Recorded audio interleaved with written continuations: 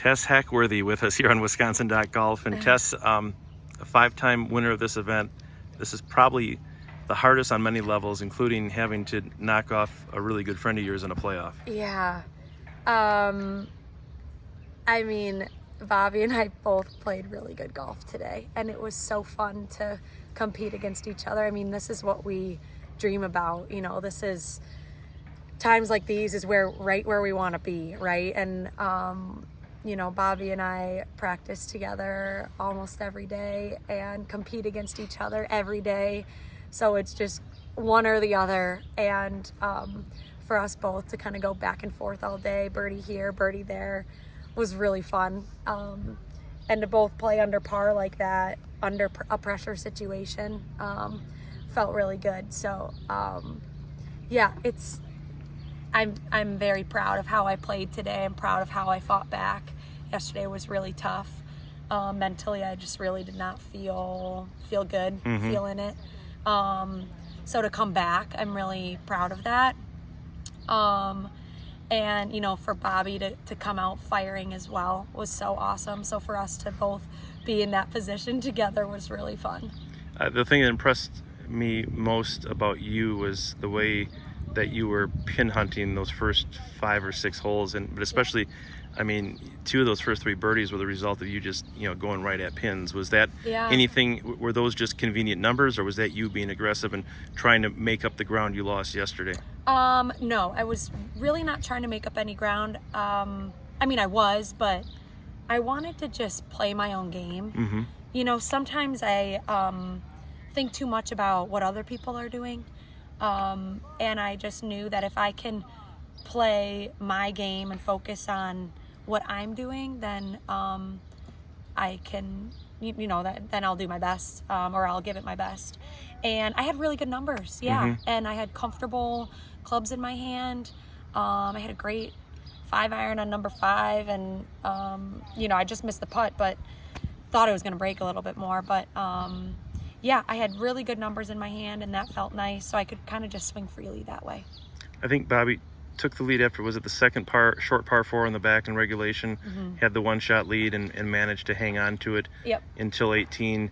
Walk me through what you were thinking in that stretch. Was there any point during that point before 18 that you felt you needed to do something to avoid having it decided here? I didn't really know where we were at, to be honest. I had to ask my dad when we were walking up 18, when Bobby and I both hit the green. I was like, what's going on? Like, what's happening here? Because the minute I start thinking about score and, like I said, thinking about other people, then I lose my own focus. Right. But I knew it was tight. I mean, I knew that I made a little bit of a run on the front, and then, you know, Bobby had to have gotten it back on a couple birdies that she made on the back 9, and then she made another birdie on, what is that, 14. So I knew it was close, whether it be we were tied, I was 1 up, she was 1 up, and I was just trying to play my own game, and I knew that Bobby and Tatum were both going to play their best, and they were going to throw what they had, and so I wanted to throw what I had. And then the comebacker Bobby missed here for the 3 putt was probably the only real putt that she missed all day. Yeah. I mean, she's a stricker.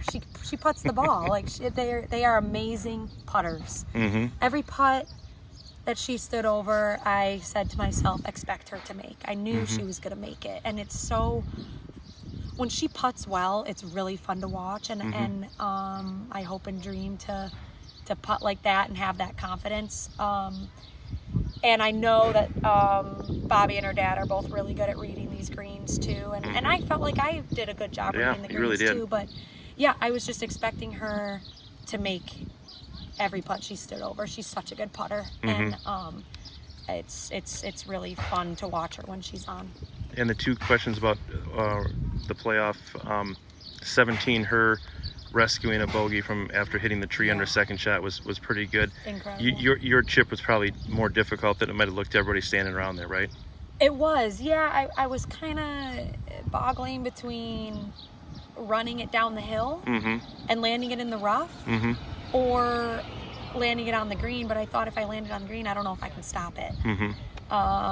And I went with landing it on the green, and I flew it a little further than I wanted, but I'm I put myself in a really good position to make par. I just did not put a good putt on it. And Bobby made an incredible bogey. That punch out she had to the left side of the green was so good. And I'm really proud of her for staying in it on that hole. And then the last playoff hole, similar putts, I think. Did you learn anything from hers? No, I had yes, I learned the speed. I knew it was going to be a fast putt. It looked like Bobby, barely touched it, and it still went a foot or two by. And so I thought I need to, just get this going online. And, I learned from my putt on 17. I pushed the putt. I didn't putt the line. I kind of putted the hole. And so I just wanted to learn from that and putt the line that I had planned out for it. And it went in on the high side, so I'm glad that I played the break that I did. And lastly, a 5-time champion in this event.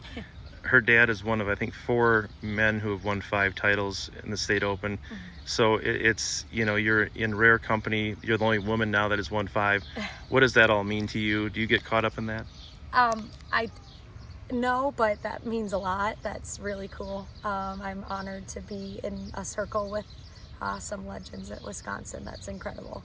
It feels really nice. It was a little in the back of my head going into this week that I had won this event a few times, and but every event you show up at, you want to win, right? And you want to do your best. So that was kind of the goal, and I'm glad that I hung in there, and it feels good to win 5 times. I'm honored to be in that circle with others up there. They better not ever move this from June, right? Right. And the other thing I told Bobby was that, her dad lost 2 times to a friend at the AmFam Championship before winning it. Yeah. She wants you to come back next year and play in this because Yes. she's determined to win this thing. And Yes. 2 playoff losses in a row, 1 to you and 1 to Emily. Yeah, I'm sure if you were in her shoes, that's got to be a tough pill to swallow. But the part that's really cool is you're seeing progress with her every year. Oh my gosh. Yeah. She and I have so much fun competing against each other and practicing together and playing with each other. And, for her to just really start playing in college and to all of a sudden be really competing at this level, she's living under par, and she works very, very hard. And I really honor the hard work that she puts into it. And it's been really cool to see, her coming in as a freshman to the level that she plays and competes at now. And she kicks my butt any other day, and today it happened to be my number, and I'm sure next time it'll be her number. We just go back and forth, and we push each other that way. And I'm just so thankful to have her as a friend and a competitor. What year were you when she came into the program? Do you remember? I was a sophomore, I believe. Yes, she was a year behind me. But for the most part, you handled her early on? Yeah. When you played her? It was fun. We were practicing together every day in college, and teaching each other things. She was just still learning how to compete at that level, and then she was teaching me all these amazing shots that she's learning back home from all her teachers. And so it was, we're just a really good pair that way to work together, and we learn from each other all the time, and it's been really fun. Well, it was fun today, Tess. Congratulations on the victory. Thank you, Rob.